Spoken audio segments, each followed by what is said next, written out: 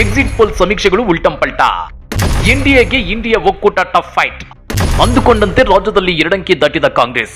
Exit poll ಸಮೀಕ್ಷೆಗಳು ಮೋದಿ ಕೃಪಾ ಪೋಷಿತ ಸಂಸ್ಥೆಗಳು ಅನ್ನೋದು ಇದೀಗ ಪ್ರೂವ್ ಆದಂತಾಗಿದೆ. ಯಾಕಂದ್ರೆ ಎಕ್ಸಿಟ್ ಪೋಲ್ ಸಮೀಕ್ಷೆಗಳನ್ನ ಈಗಿನ ಫಲಿತಾಂಶ ಉಲ್ಟಂಪಲ್ಟ ಮಾಡಿಬಿಟ್ಟಿದೆ.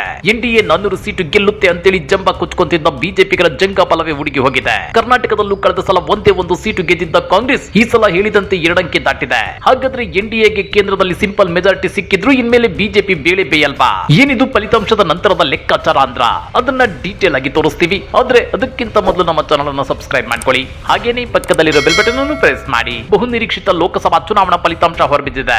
ಎನ್ಡಿಎ 272ರ ಮ್ಯಾಜಿಕ್ ನಂಬರ್ ಅನ್ನೇನು ದಾಟಿದೆ. ಆದ್ರೆ ಅಸಲಿ ಅಗ್ನಿ ಪರೀಕ್ಷೆ ಎದುರಾಗಿರೋದೇ ಈಗ. ಯಾಕಂದ್ರೆ ಸಿಂಪಲ್ ಮೆಜಾರಿಟಿ ಇರುವಾಗ ಕೇಂದ್ರದಲ್ಲಿ ಬಿಜೆಪಿ ಅಧಿಕಾರ ನಡೆಸೋದು ಅಂದುಕೊಂಡಷ್ಟು ಸುಲಭ ಇಲ್ಲ. ಮೋದಿ ತಮ್ಮ ಮೂಗಿನ ನೇರಕ್ಕೆ ನಿರ್ಧಾರಗಳನ್ನು ತೆಗೆದುಕೊಳ್ಳೋಕೆ ಸಾಧ್ಯವೇ ಆಗಲ್ಲ. ಇಂಟ್ರೆಸ್ಟಿಂಗ್ ವಿಷಯ ಏನಂದ್ರೆ ಈ ಸಲದ ಲೋಕಸಭಾ ಚುನಾವಣೆಯಲ್ಲಿ ಎನ್ಡಿಎ 400ಕ್ಕೂ ಹೆಚ್ಚು ಸೀಟುಗಳನ್ನ ಗೆಲ್ಲುತ್ತೆ ಅಂತೇಳಿ ಪುಂಗಿದ್ದ ಎಕ್ಸಿಟ್ ಪೋಲ್ಗಳ ಸಮೀಕ್ಷೆಗಳು ಇದೀಗ ಉಲ್ಟಾ ಹೊಡೆದಿವೆ. ಇವೆಲ್ಲ ಮೋದಿ ಪರ ತುತ್ತೂರಿ ಊದುವಂತ ಸಂಸ್ಥೆಗಳು ಅನ್ನೋದು ಇದೀಗ ಜಗತ್ ಜಾಹೀರಾಗಿದೆ.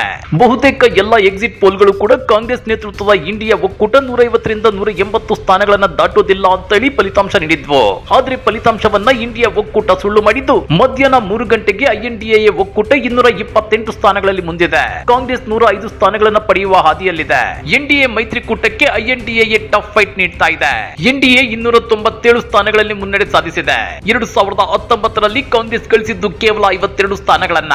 ಆದ್ರೆ ಈ ಬಾರಿಯ ಚುನಾವಣೆಯಲ್ಲಿ ಅದು ಸುಧಾರಿಸಿದೆ. ಕಳೆದ ಬಾರಿ ಸ್ವಂತ ಬಲದಿಂದ 303 ಸ್ಥಾನ ಗಳಿಸಿದ್ದ ಬಿಜೆಪಿ 241 ಸ್ಥಾನಗಳಲ್ಲಿ ಮುನ್ನಡೆ ಸಾಧಿಸಿತ್ತು. ಪ್ರಾದೇಶಿಕ ಪಕ್ಷಗಳು ಮತ್ತು ಸ್ವತಂತ್ರರು ಸೇರಿದಂತೆ ಇತರರು 18 ಸ್ಥಾನಗಳಲ್ಲಿ ಮುಂದಿದ್ದಾರೆ.